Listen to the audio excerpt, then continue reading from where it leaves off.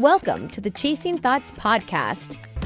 Listen in as Mindy, Keith, and their guests take a deep dive into their own minds and souls to investigate the beauty of imperfection, challenge their beliefs, and embrace the richness of living a truly authentic life. Welcome to Chasing Thoughts. Hey everybody, it is Chasing Thoughts Season 2, Episode 23. And Keith and I were just talking about how we're both kind of tired and mellow today. So if you hear us talking slowly, that's the reason why. I'm not sure why. Maybe it's just the end of a long week, but I'm like, I could take a nap after this. Yeah. It's the same. I don't know if it's like the weather because it got pretty hot here. Well, for us, it was like high 80s and stuff, and now it's cooled off, but it feels so good. Like I can just like lay on my couch with the windows open and just I love that. just like spend the day just laying there feeling the breeze and stuff. Yeah, I love to just put on like light instrumental or electric, Yeah. low frequency music, right? Like something just almost in the background and then it's so relaxing. Windows Oh, open. Yeah, I love that. yeah, a lot of times too, I'll play The Office in the background like that, but Oh like kind of yeah. so I can barely hear it and just close my eyes. And 9 times out of 10, I end up like drifting off to like Dwight Schrute Mhm. or something. Yeah. Yeah. Yeah, sometimes I do guided meditations or sometimes I do TV, but man, it just feels really good to let yourself get into that deep, relaxed state. Right, Yeah. kind of in between being asleep and awake. I love that state. Oh, dude. Yeah. Yeah. Yeah. I think last night, like around 3 o'clock, I got up real quick. And when I went back in bed, I was just like, I am so comfortable. I was just like looking out Mhm. my window. Like I didn't have a desire to like close my eyes and go like right back to sleep. But like within like 5 minutes, I was out again. But I love those moments where everything is quiet, you Yeah. know, dark. It's so cool. Yeah, and I think that kind of rest, I think it's valuable to do that on the weekend. I mean, it's our weekends are so short, and I think there's a lot of pressure to be busy and catch up on projects or see friends. And also, it's really important to take some downtime and let your body integrate everything that's happened to it. Yeah, man. I mean, the majority of human history, we lived as hunter-gatherers, and on average, they worked about 4 hours a day. So, Yeah. like I think we even talked about the other day, like the 4 hour work week, that whole thing. And then like the consensus, like, oh, we're all just lazy. We got to be working the 40 hours and more and all that. Like, that's not what we were designed to do. Like, they would go out, hunt and gather, Yeah. then come back, and it was maintenance and socialization and family time and just being community time. Yeah. Yeah, the more time that I spend just sitting around or journaling or, sort of integrating, the more addicted I get to it. And then when I don't have it, I'm like, what's happening in my life? Because I need that time to sort of filter my thoughts and decide what actions I'm taking forward and what's the most important thing. And if I just stay busy all the time, it's like I'm not operating from my full self, right? I'm at like 10% of my capacity. Yeah. Yeah. We're not designed to do that. I know. Rest is so valuable. Yeah. And community was one of the things, probably the most important thing that kept us alive as a species, and now we have less and less time with it. Yeah. And because of all the screens, we're less and less present with each other, even when we are with each other. That's Yeah. something I highly recommend to people is, with your kids, with your spouse, with your friends, turn your phone off and put it away. Give that other person your attention because it makes a difference. Yeah. Dude, I mean, we're both like towards that age where we remember the landlines, Oh, you know, yeah. like when we left the house, we left the house. Nobody knew where we were. Like, you can't get in touch with me. Nothing. I would come home and there'd be like messages like on a board next to the phone, something like that, but now like if I leave the house on my phone, I'm like, oh my God, what am I gonna miss? So for 30 something years of my life, I never missed anything. But now all of a sudden, like I'm gonna miss something major, like if I don't have my phone constantly with me. Yeah. And I noticed it like an addiction type feeling coming up.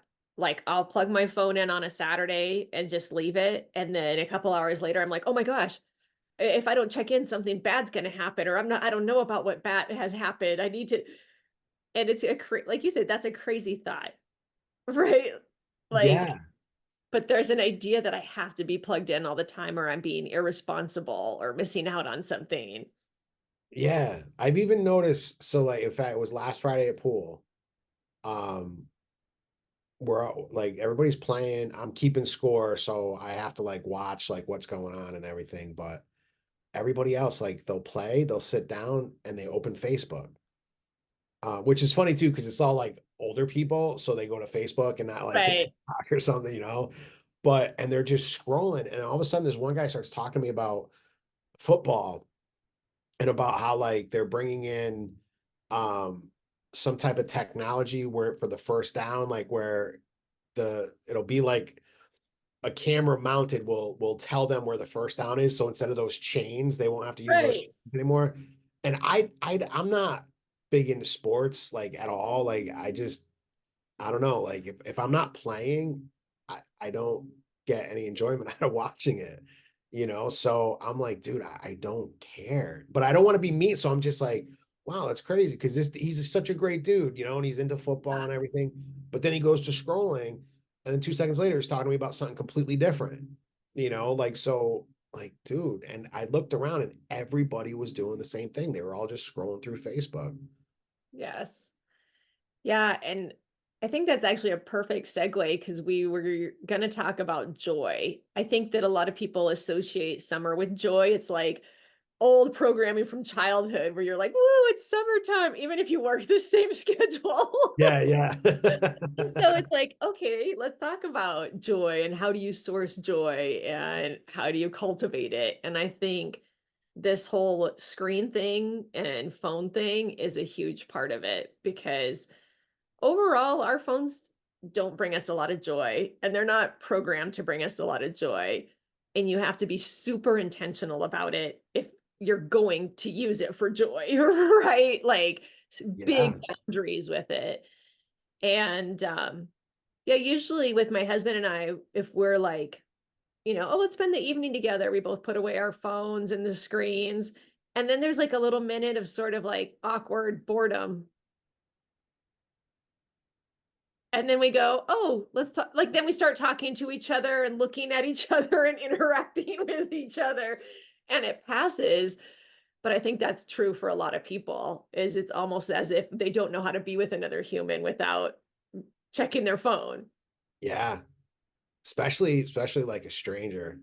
Yeah, because it's too uncomfortable. And therefore we're missing out on connection, which we're hardwired for connection to bring joy. So we're self-sabotaging.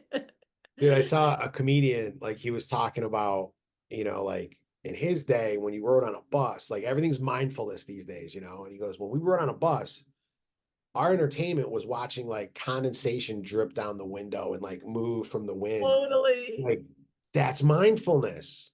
But Yeah. like we used to do it all the time Mhm. because there was nothing to distract us. So we had to just sit with our own thoughts. Yes. And now it's like, dude, if you don't have something constantly giving you something to think about, geez, people's heads go like in the garbage can quick. Yeah. Yeah. I was listening to this one guy talk about how he doesn't go on his cell phone or any screens in the morning for a couple hours. And he said, I want to start my day on the offense. And I Mm, thought, oh, what an interesting word to use because a lot of the time we are on the defense. It's like things are coming to us, right? And we're trying to filter it out. But like you just said, if you sit long enough, you will think wise thoughts. You will come to clarity. But if you never give that to yourself, you won't access those states. And so it really is offense. It's coming out of you. It's your play game for life. And I think that's key. And I've been really wanting to. I mean, I have boundaries with my phone where I have long periods of time where I set it aside, and I have like my focus set up so different people can get through at different times. But I would love to start a morning routine where I don't even pick up and look at my phone until I've had breakfast, worked out, taken a walk, whatever it is that I need. Yeah, I've heard similar things before, and I'm like, all right, I want to try that. Because somebody was talking about like what the first thing you do in the morning, that's what's most important to you. And Hmm. for most of us, I know for me, like I woke up, rolled over, like unplugged my phone, and then started looking like, oh, what did people comment? What did people said? You know what I mean? Like all that stuff. And there's almost like this sense of anxiety. Like, is it going to be a Yes. comment, or people going to be saying I'm stupid or whatever, you know? And so you start off your day in this sense of anxiety based off of other people's opinions of something, a video that you put up that you liked. You know what I mean? That's why you put it up, you Yeah. know? So yeah, it's Yeah, I think even taking a couple minutes in the morning and you wake up instead of immediately grabbing your phone, thinking like gratitude thoughts or envisioning the day you want to have, just slowing it down a beat, right? For you to have some of that before you go right to allowing this to program your thoughts and feelings. yeah. Yeah, like remember like you ever see like a baby when they wake up and they stretch and they're just like all over the place, you know, and it looks so comfortable. Like Yeah. just spending a couple minutes in bed, like feeling that. And then at my age, stretching like that creates a lot of noise, you know, so like Crack, everything is crack, crack, pop. cracking. Yeah, like everything's like getting back into place and stuff. But like just doing that and enjoying comfort, you know, enjoying those little things. It's all those little things that become white noise that is just lost in the background. Yeah. And that is being mindful or present, right? Is, oh man, it feels so good in my body when I do this, or oh, this tastes so good, or right. So many of these sensations we just completely blot out when they're positive sensations, right? Oh, what it feels like to hug my husband, what it feels like to pet my cat, right? We're surrounded by pleasures and yet not feeling any of them. Yeah, you know, like one of the practices of a Taoist that I follow, he's like from the 16th generation of the guy that started Tai Chi in China, in the Wudang Mountains. He still lives in the same monastery that his like whatever great 100 times removed like grandfather built, you know, years ago. And he said the first thing you do is you wake up and you go outside. Mm. Doesn't matter if it's raining, if it's cold, hot, whatever. You just wake up and you go outside and you just breathe. You just look around and breathe, you know. And then he gets into like some stretching, you know, some morning stretches and stuff like that. But he said you do that for 10 minutes. Start your day off for 10 minutes, just being outside and breathing. Yeah. And I've tried that. And it's just like, my God, dude. Like the it just feels so good. Mhm. Yeah. It feels so good, and it still requires so much discipline not to let the rubber band snap back where you go straight to your phone in the morning and then you're on your computer all day and then you watch TV till it's time to go to bed. And that's life. And then you're like, why aren't I feeling fulfilled or happy? Yeah. Yeah. Ah, that's not a recipe for happiness, right? It's just not. You're never going to get that. So Yeah. yeah, I think that some of the things like we said, cultivating connection with other people, having some kind of morning routine or like living on your terms, right? Being mindful.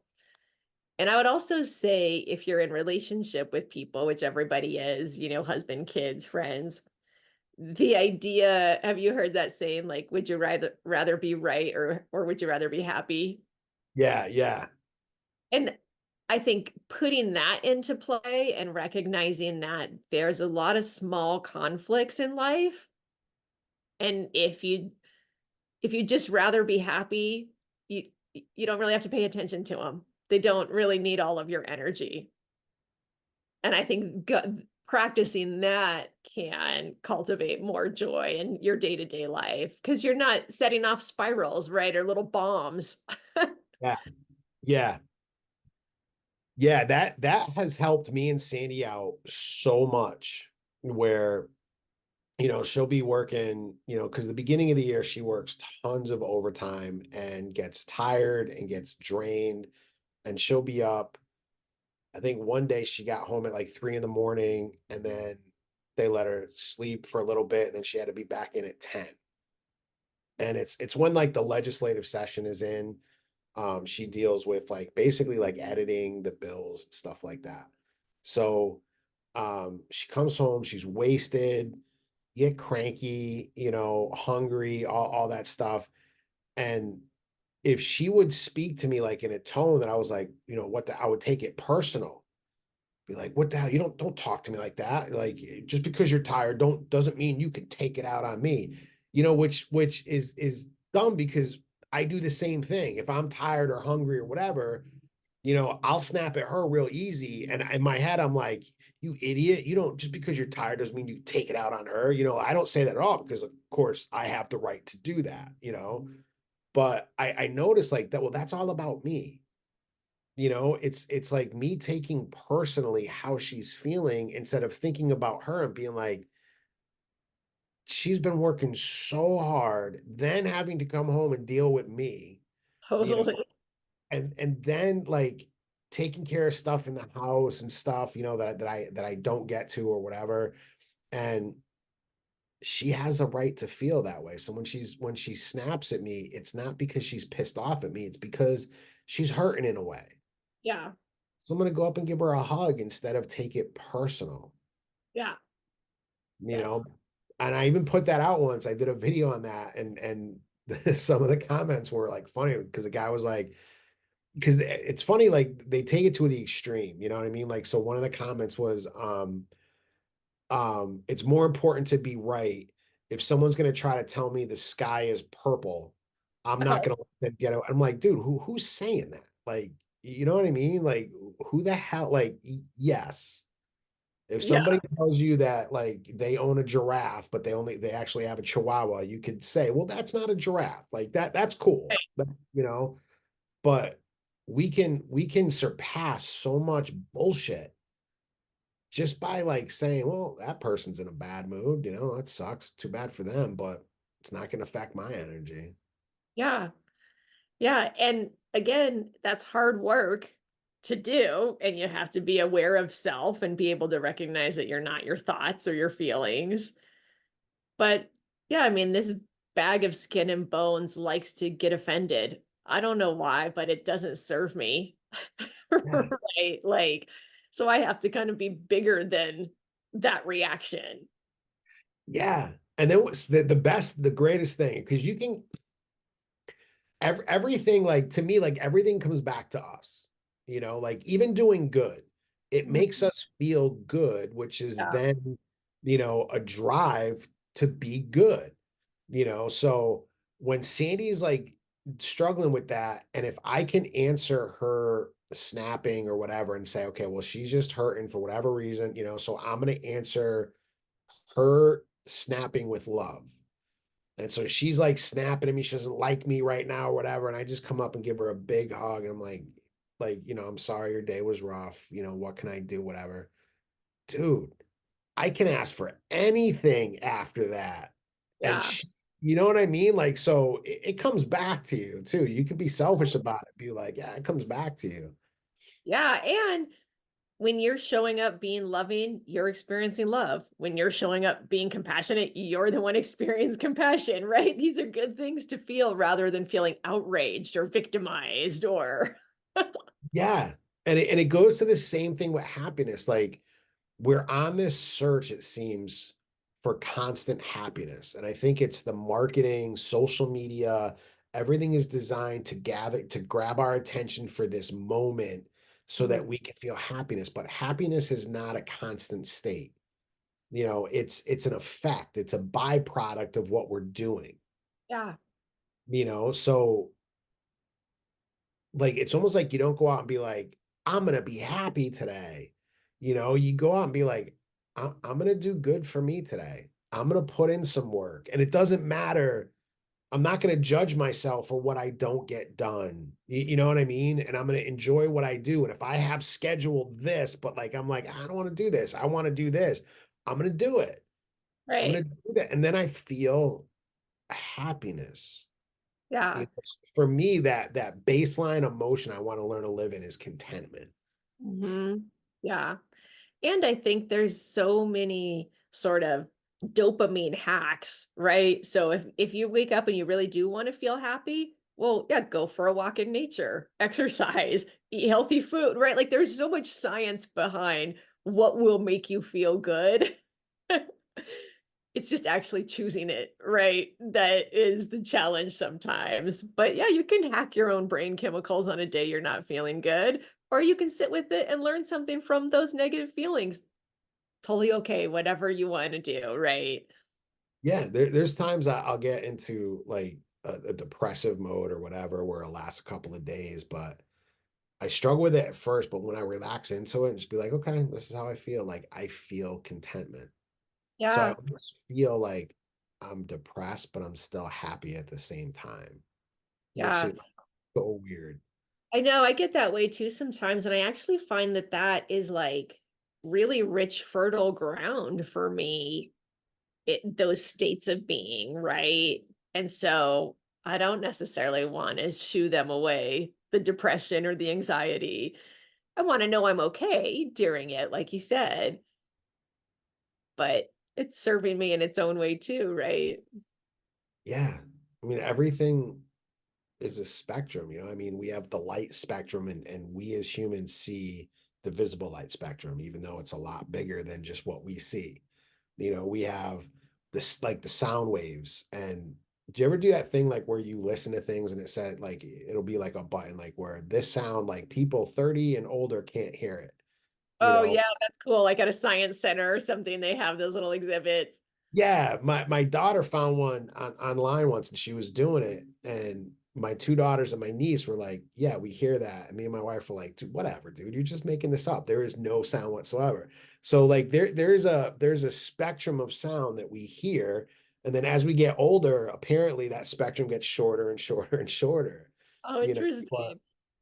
yeah, there's a spectrum of something that I had a point, and my brain just took a left because I started thinking about the whole spectrum thing. But yeah, there's that spectrum of like happiness too, and it's not to chase. Yeah. When do you think that when you think about, like, the happiest times in your life or chapters of life or moment of life, what did they have? Like, what elements did they have in them?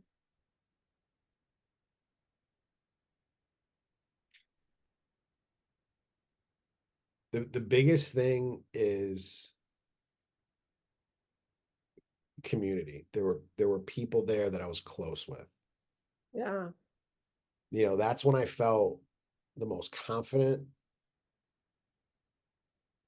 the most connected.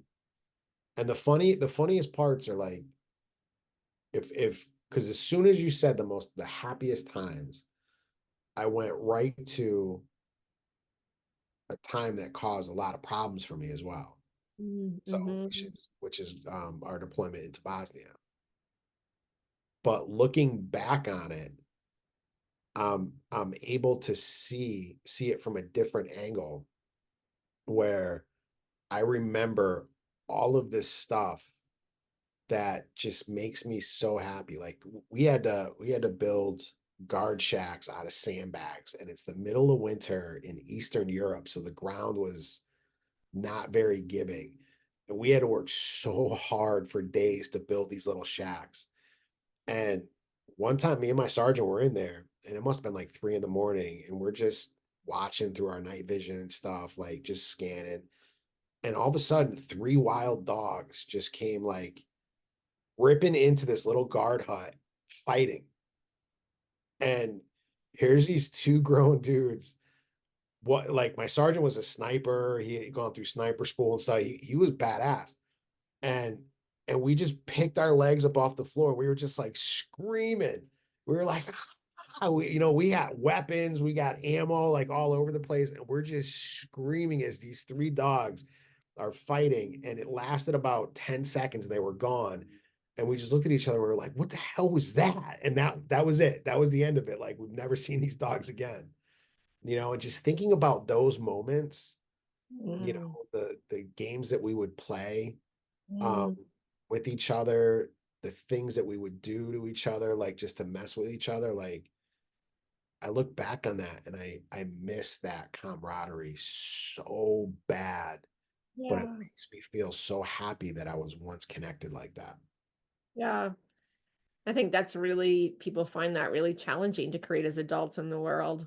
I think everybody struggles with that. Like, unless you happen to be friends with, people you went to college with or a family, or, it's very different now that, you're not getting married when you're 20 and it's just about your family. Most people are single into their 30s. And so there's a lot more loneliness, I think. Yeah. And yeah. Yeah, when I look back at my happy memories, they contain 2 things that we haven't talked about yet. One is health, like when my body was feeling great, when I was fit, when I was healthy. And then the other one is like being connected to my purpose, or feeling aligned, or like aligned contribution, aligned passion. Those are my happiest moments when I look back, like when I felt like I was living life the way I'm supposed to or wanted to, right? I was on the right path. For me, that's a really satisfying, joyful feeling. Yeah. Yeah. And it's cool too, because it's not like we were talking about, it's not you going out like the your focus is not, I'm going to go out to be happy. Your focus is just living in alignment, doing what you should be doing, Mhm. all that stuff. And then that happiness comes as a byproduct of that. Yeah.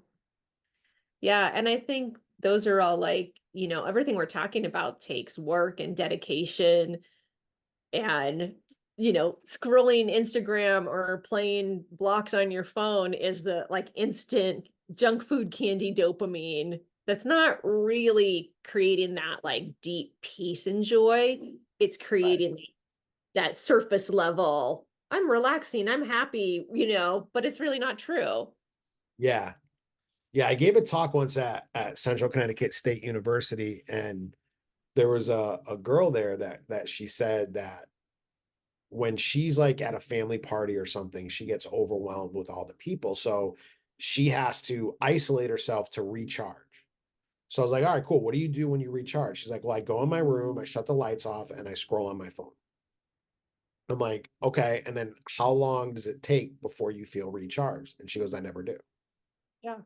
So when I read this thing, neuroscience were talking about like when we do stuff with our mind that's mindless, just that mindless scrolling, binge watching a TV, like a TV show that we've watched millions of times or whatever, our brain has a default mode that is negative and slightly anxious because it's Mm, scanning for threats. And that's an artifact left over from our time as hunter gatherers in our brain that still runs. And so when you're trying to recharge, when you feel like emotionally you're just completely emptied from wearing this mask of the person that you feel like you should be, and we go and we do this mindless thing to recharge, we're actually draining more energy out of ourselves. yeah. And that was such an interesting thing to me. Yeah, and I think nowadays a lot of people don't even know anything else. Like if you go like, no, what are your recharge activities?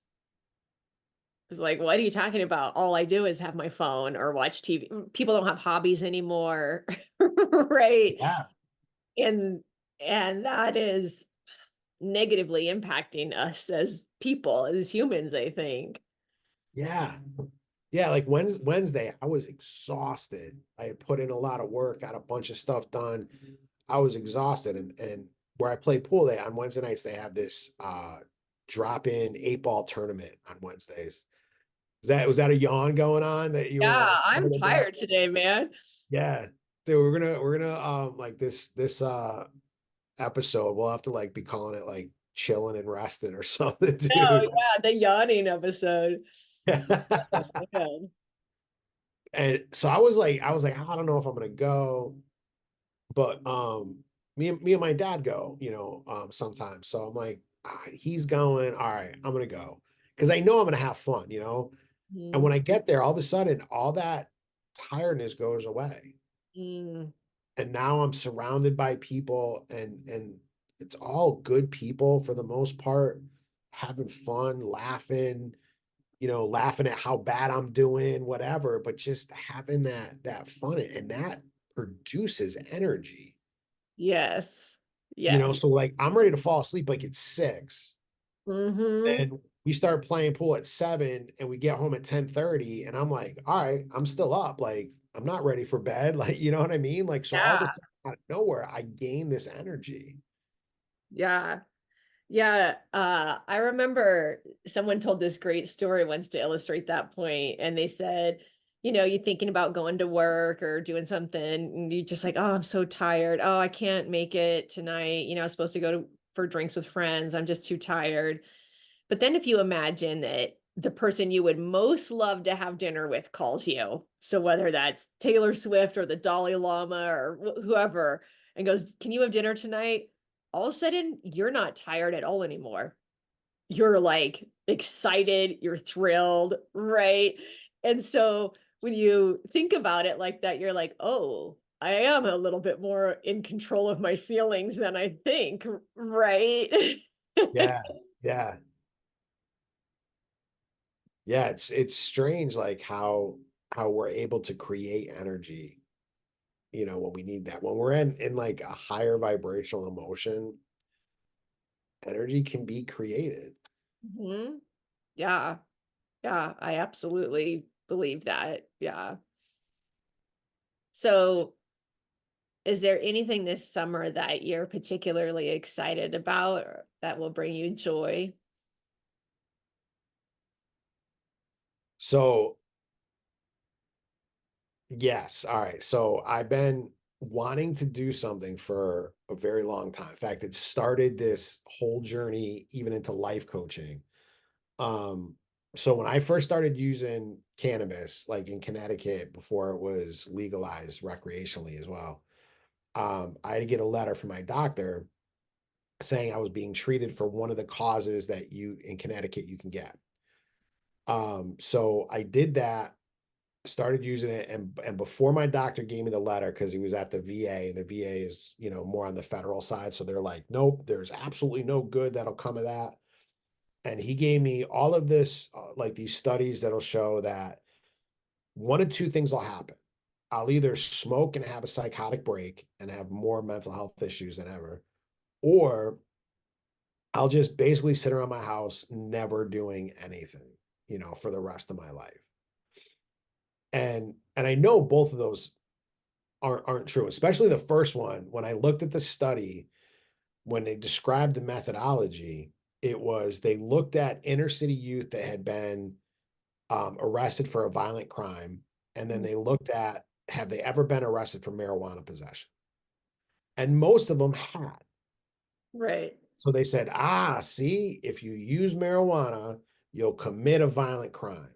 Right. But it's I'm like, correlation, not causation, right? yeah, like my God, dude, like who couldn't be arrested? Like I even heard like a cop say, like, when they have the quotas for the arrest, said I can go out to a street corner and arrest like 12 people with marijuana, like right now. Right. Like it's not Yeah. hard to do, you know? So I started watching Family Guy when I was smoking. And then when I got into the coaching, the way my mind works, like a lot of things that were being said by like Peter Griffin that were just so stupid in a way can match up with like the stuff that I was learning. Like he had one time he had two angels, the angel and the devil on his shoulder, tell him to do something, and the angel just got fed up, grabbed the devil Peter and like pulled out a gun and put it to real Peter's head and was like, do it, do the right thing, do it, you know. And I'm like, that's what it takes sometimes. It takes Yeah. sometimes like this angel just putting his boot up our ass and being like, just get this freaking shit done. Yep. So I was like, and then with my background in church, right? So I started thinking one day, and this was a complete cannabis induced thought, but Moses was in the desert. He wore a robe and sandals and he communed with the burning bush. I'm not in the desert, but I spend most of my time in my garage. So and I wear sweatpants and sandals and I smoke a burning bush. So could I be the prophet of Peter Griffin? So I want to write this book based off of life lessons learned from Peter Griffin on how to overcome PTSD. Yeah. From that, almost like through this way of though that I actually did have a psychotic break, and now I'm hearing the voice of God specifically through Peter Griffin. So my for my birthday, my parents just got me this new journal. Ooh, so cool. Ooh, that's a cool one. I can't imagine like it's all leather, and then look at like the pages. Oh yeah, I love cool journals, and I think that one is so neat because it looks like an old school logbook or something. Yeah, like something you'd find like on a pirate ship or something Yeah, like that, it's you so know? cool. So I'm like, this is gonna be that book that is gonna be all of my notes for this. Is gonna go in here and I'm gonna start figuring out how to put this thing together. Because I haven't figured out how to like write it yet, you know. I don't know. That's like just it's like throwing me a curveball because I don't want to just put like, you know, Peter said this or whatever, you know what I Right. mean? You know, I got to figure out like a good way to write it, but I'm just gonna have fun with it and make it. My goal is to make it as stupid and foolish as I possibly can, but to actually have, you know, like a legit message in there. Yeah. And it's fiction, even though it's mainly pulled from your life experience, right? Yeah, yeah, because it's gonna be filled with so the stuff in my life, which that's not gonna be the page turner part of this thing, you know, but mixed with actual science from physicists, quantum mechanics, psychology, from some of the more like I don't know what you call them, pop psychology, like Joe Dispenza type stuff, but also from legit psychologists like Viktor Frankl, Edith Edgar, Bessel van der Kolk, um, and really just kind of put all of that together to take the things that Peter says and then explain them in the scientific light and how I apply them to my life in a stupid way.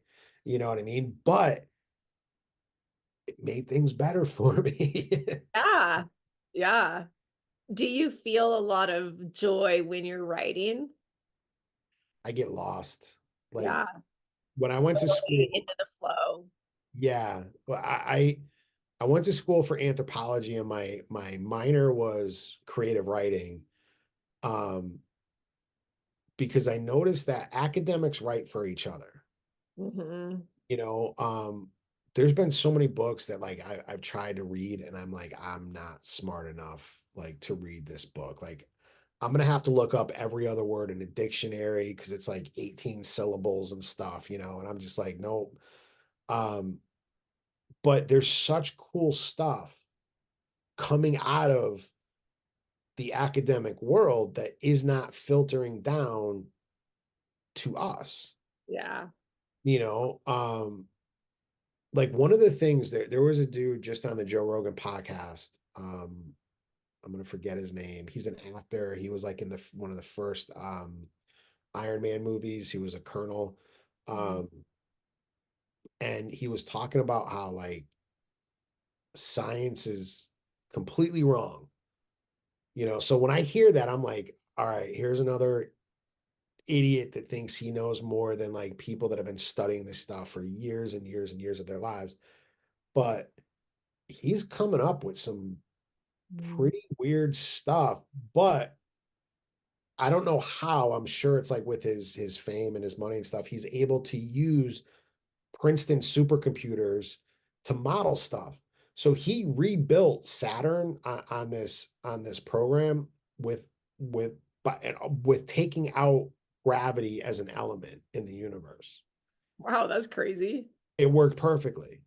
He has like 97 patents, came up with a new method of flight. And Wow.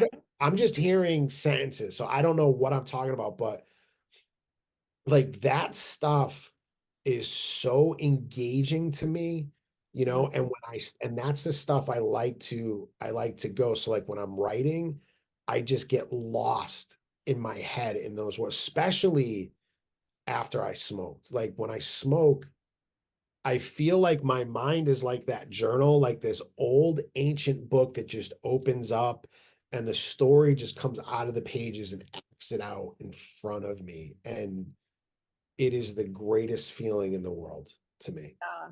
I love that. That is so cool. Yeah, I think everybody needs to find their activities that make them feel that way, right? Lost in the flow, sort of blissed out, giddy. Yeah. Yeah. Yeah. I heard this thing. I'm not gonna remember his name either, but there's this documentary called I'm not gonna remember this either, dude. My mind is like shut It's a off. tired, yawning, Yeah, can't yeah. think This day. is the most low-key episode ever. Um, damn. So he was the first Alex Humboldt, I think his name is. So he was the first person to climb El Capitan with no ropes. And he did it like in 3 hours. This dude is like a climbing savant. Like, I mean, he does stuff that nobody else would do. And he had a thing. He was saying it's all about that level of focus where you get into a zone where everything else falls away and only it's like tunnel vision. You only have the task at hand. And he said that moment of absolute perfection that Yeah. lasts for a second, that's what he lives for, you know. And for me, like when I look back at my writing, I love printing out the first draft and then ripping it apart with a pen on the paper and then writing up another one and then ripping it apart. And like that, to me, those are my moments of perfection. When I take something that's bullshit and then turn it into something that when I pick up a year later and read it, I'm like, I wrote that, like I did that. And I'm Yeah. like, holy shit. Like that's what I love. Yeah. That's beautiful. Yeah, I feel that way sometimes when I'm writing, I can get into that flow space. And then also when I'm doing crafts or artwork or, something like that. As actually, this is really silly, but you know how there's those guys that paint like the little figurines? Yeah. We got a Lord of the Rings game that has all sorts of like figurines. And I thought, you know what? I bet I would enjoy painting those because that's the kind of focus where it's like you have to be focused enough to be doing this small artwork so that your brain is actually resting, right? Because you're in that like focus flow space. But there's so many things that, people can do to get to that space, but that space is known, right? There's research behind your brain waves when you're in that state and how healing they are to your body and your nervous system and how imperative they are for learning, like to learn whatever you had previously taken in the week before. So I think that, yeah, those activities are so key to joy and Yeah. contentment. And it's so cool too, because when we get into that flow state where when they do brain scans of people that are in that state, they find that there is a lot of activity going on in the frontal lobe. All right, so the frontal lobe is is the like latest version of our brain to evolve, you know, or the part of our brain to evolve. So it's the newest part of our brain.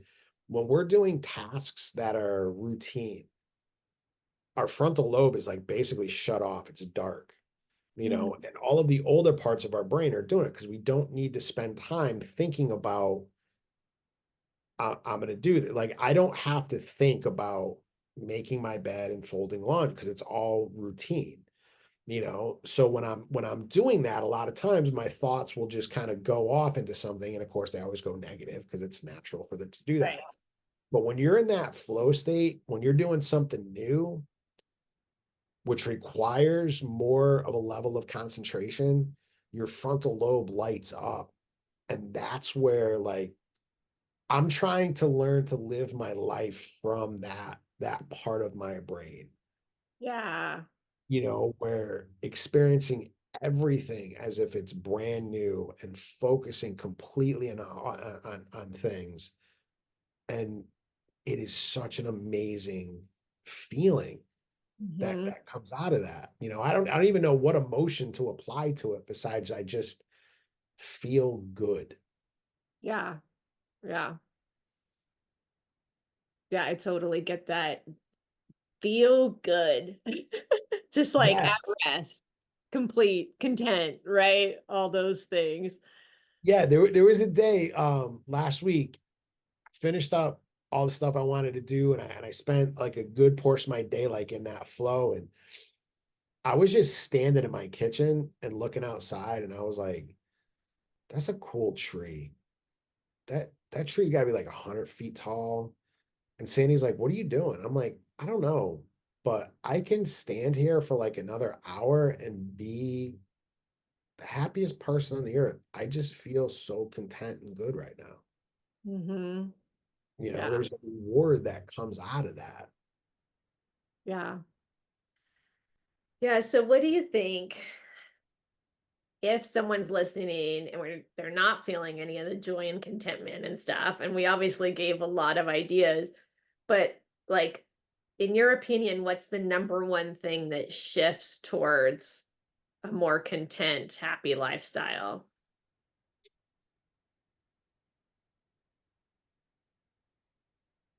The number one thing, Or up there, right? Like what are the top like if somebody could do one thing today to start changing the way they experience the world so they have more joy, what would you say that what's a good tool? okay, so and this comes to me from the beautiful cannabis flower. This like I was like in a tunnel yesterday with my thoughts, and this thought like came to me, and I'm like, it's so cool. So at a certain level, like we've talked about before, everything is a binary choice. It's a one or a zero. It's up or down, left or right, right or wrong, on or off, black or white. You know, like there's all these variations, but at a certain level, we can just look at the two extreme sides of it. Um, and also with a coin, you have two sides of every coin. You got heads and tails, right? So when we're not feeling that, our brain, number one, is focusing on how bad we're feeling, Mhm. which then drives more of our focus to that feeling, which means we're going to feel it more. Yep. Then our language is gonna, I know for me, it goes, why are you feeling like this? You should know all this stuff. Why are you feeling anxiety? Why are you feeling depression? Like you're supposed to be a life coach. Like you're supposed to teach people how to deal with this. You suck. You gotta quit. You gotta disband everything and just like live under your house or something, you know, all this stuff. Um, so the language then pushes you further down that way as well. And again, that's natural. So when that happens, that means your mind is working exactly the way it's supposed to work. It's not a disorder, right? Right. It's a negativity bias. So when that's working, hey, your mind is good. It's calling me a piece of shit. I'm good, right? But we have to remember that even in our lives, there's two sides of that coin of who we are. So I'm a guy that if I let my brain run free range, I'm a guy that got out of the military. worked in a prison for a while, got hurt, retired, gained tons of weight, graduated from school, and then did nothing, and so that whole time, that 20-year period, I'm calling myself every day worthless, a bum, I'm a coward. Even when I realized it was PTSD that I was dealing with, like, why did I have PTSD? It was Bosnia, it wasn't Iraq, it wasn't Afghanistan. I'm a bitch, all this stuff. So, which is making me feel more and more and more. But even though I am that guy, I am also the guy that at 18, at 210 pounds of pure chub, joined the military, had a great reputation in the military. Towards the end, to me, I lost that a little bit when I started having trouble with the PTSD. Got out of the military, had a successful career in the prisons, had to leave that because I got hurt. Didn't I wasn't content to just change state jobs and like count traffic cones for the rest of my life, you know what I mean? So got my degree, and now here I am trying to run my business, trying to do things that I'm passionate about because I lived in a way that allows for me to do that right now without having to worry about our bills paid or, everything is taken care of. So I'm the guy that got back with Sandy after we got divorced, fixed my relationship with my kids. So all of that is true at the same time. Right. I'm the guy that gained 300 pounds, from going knee deep in Doritos every other day, I'm still this guy. Yeah. So it's which one am I going to choose to let my focus go to? My focus naturally will go to the negative side.